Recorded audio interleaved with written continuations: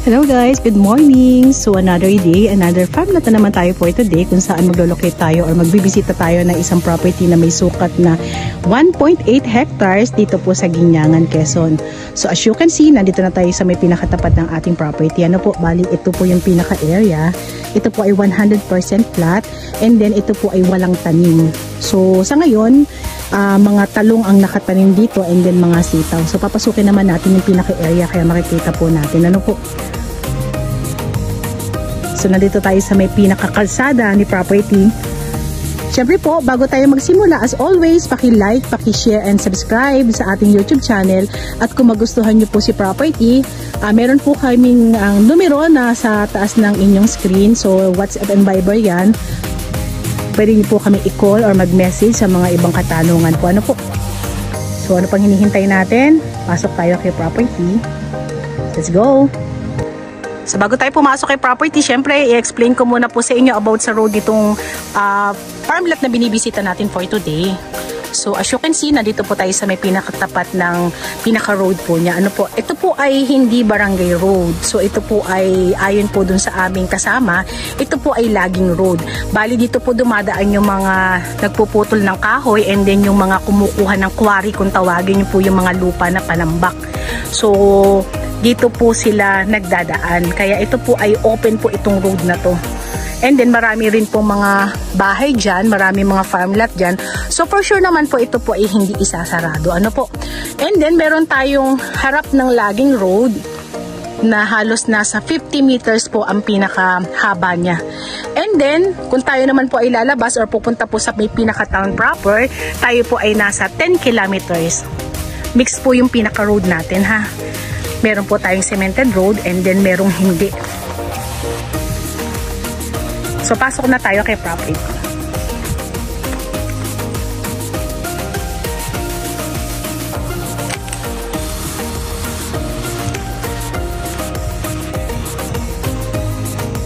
And kung madidinig natin may nagtutugtugan kasi ito pong area na to ay may kuryente na.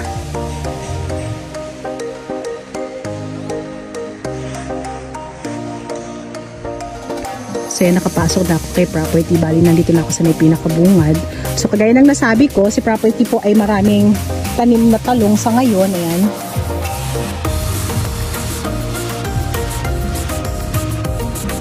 Dahil wala siyang tanim, so naisip nung nangangalaga nitong property na to, talong at sitaw muna yung nilagay niya. Ano po? Doon sa banda doon po yung sitawan. So pupunta naman tayo dyan. So wala tayong masyadong description dito kay property kasi wala siyang mga niyog.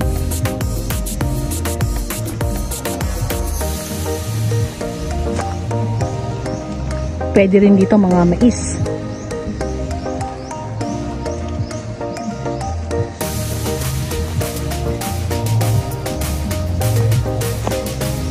Nagandahan lang naman dito kay property.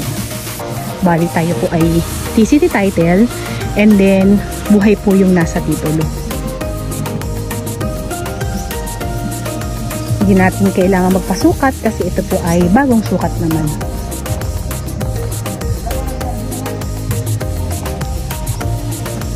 So nandito yung ating sitawan.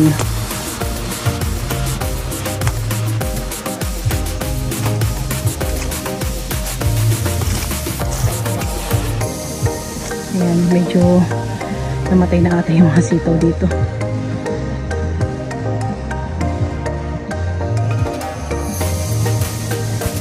Ayan, nandito tayo sa may pinakagitna ni property. Pali yung nilalakaran ng aking mga kasama, yan po yung pinaka-boundary nila to another property. Yan po ay nilugan. Ayan, so yan yung magiging katabi nyo po na property. Ano po? Yan tayong house dito. So ito po ay merong bukal na tinatawag. Kaya ginagawa po nila, naglalagay na lang sila ng hose and then dire-diretso naman yung daloy ng tubig.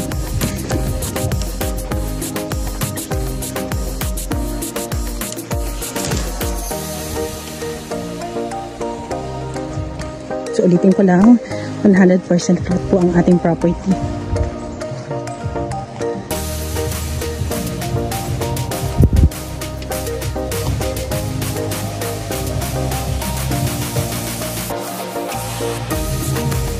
Wala nang tanim na sitaw. Minani na. Or tumanda na. Ayan, ikot pa rin tayo kay property. So, dun kami galing sa way na yun. Kung saan nandun nakapark yung sasakyan po namin. Ano po? So, ito yung pinakakabuan ng 1.8. Itong tinatamaan ng camera natin. So, talagang walang laman. Bali, ang pinaka-korte po niya ay parang letter L. So, may frontage po siya dun sa may pinaka-lagging road. And then, liliko po siya pagdating dito sa may part ng dulo. Ano po? Ayan, dyan. Papaganon pa siya. So, pahabang ganyan, hanggang dun sa may pinaka unahan ng ating sasakyan. And then, magle-letter L siya dun sa may pinaka-dulo. So, ganun po yung pinaka-korte ng lupa nito.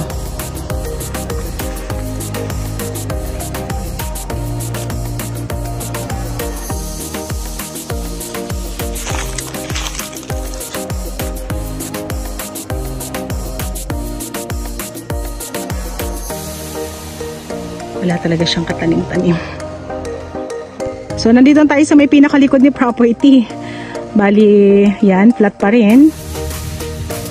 Wala talaga tayong masyadong maibibigay na description po. Ano po? So, price reveal na lang tayo. Si property po ay binebenta sa halagang 900k. At ulitin ko lang po, ito po ay may sukat na 1.8 hectares. Bali, ito po ay mayroong sukat na ano po, kagaya ng nasabi ko kanina. So, kahit hindi na po tayo magpa-relocate. Ayan. So, kompleto naman po si property. Meron tayong kuryente. Katunayan, ayan na po yung pinaka-line ng kuryente natin. Kasi may bahay po dun sa may pinakadulo. So, meron tayong source ng tubig kung saan meron tayong bukal. And then, may signal din po ang ating phone. Ayan. So, sa price naman po ni seller, yung pag-transfer na lang po ang sasagutin ng ating buyer. Ano po?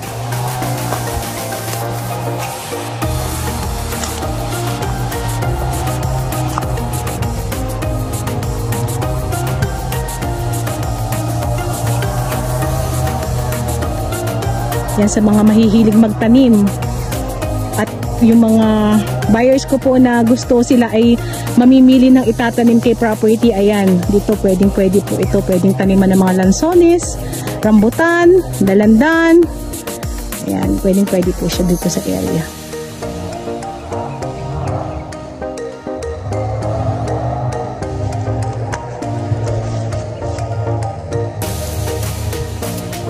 Medyo kainitan po yung ating pamamasyal. Pag nalinis to, ang ganda. Ayan, medyo nagdidilim na. So, bago tayo abutan ng ulan, labas na tayo kay property. Ayan, sa mga buyers ko po na naghahanap ng mga clearing type na property, pero may road, tabi ng road, ayan, ito po ay pwede po sa inyo, no? So, kagaya ng mga nakatanim dito, may tanim na sitaw, talong. So, ulitin ko lang po, pwede rin pong magtanim dito ng mga dalandan, lansones, rambutan, kalamansi, mais, yan, pwede po rito. Sagana po tayo sa source ng tubig, kaya may mga hose na lang silang ginagamit. So, hindi po tayo magwo-worry kung sakaling magtatanim tayo dito, no? Hindi tayo mabibitin sa tubig.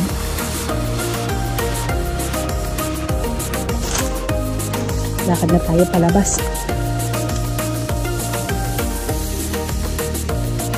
And samantalahin ko po yung pagkakataon na to. So, bago tayo mag-end ng ating vlog, thank you po sa mga patuloy na nag-aabil ng aming mga properties. At sorry din po kung sakaling medyo dumadalang po yung aming pag-vlog. Ano po, medyo nabibisi tayo sa mga documents. Pero pipilitin pa rin namin makahanap ng mga farm lot na nire-request nyo sa amin.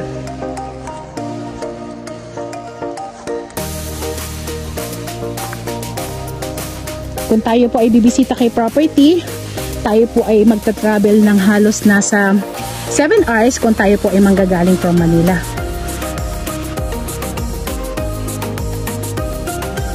At kung meron man po akong hindi nabanggit about sa property na to, meron kaming description box sa baba. So, better po i-click nyo na lang po iyon.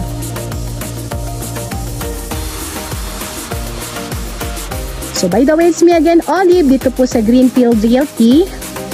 And always, thank you for watching.